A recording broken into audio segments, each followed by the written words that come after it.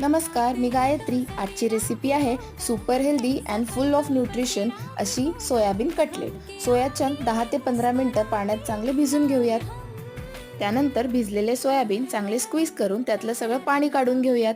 त्यात कोथिंबीर घालून दोन्ही गोष्टी ब्लेंड करून घेऊयात. त्यात घालूयात हळद, लाल तिखट, धने जिरे पावडर. त्यानंतर त्यात घालूयात बारीक चिरलेला कांदा, त्यावर थोडं मीठ आणि बेसन पीठ. हे सगळं मिश्रण एकजीव होईपर्यंत एकत्र करून घेऊयात. त्यात लिंबाचा रस घालून कटलेट तयार करायला घेऊयात. इथे मी गोलाकार कटलेट तयार करून घेत आहे. तुम्हाला हवा तसा आकार तुम्ही त्याला देऊ शकता. अशा प्रकारे सगळे कटलेट तयार करून झाले की त्यावरनं थोडेसे तीळ लावून घेऊयात. तयार कटलेट तव्यावर थोडं तेल घालून शॅलो फ्राय करण्यासाठी ठेवूयात.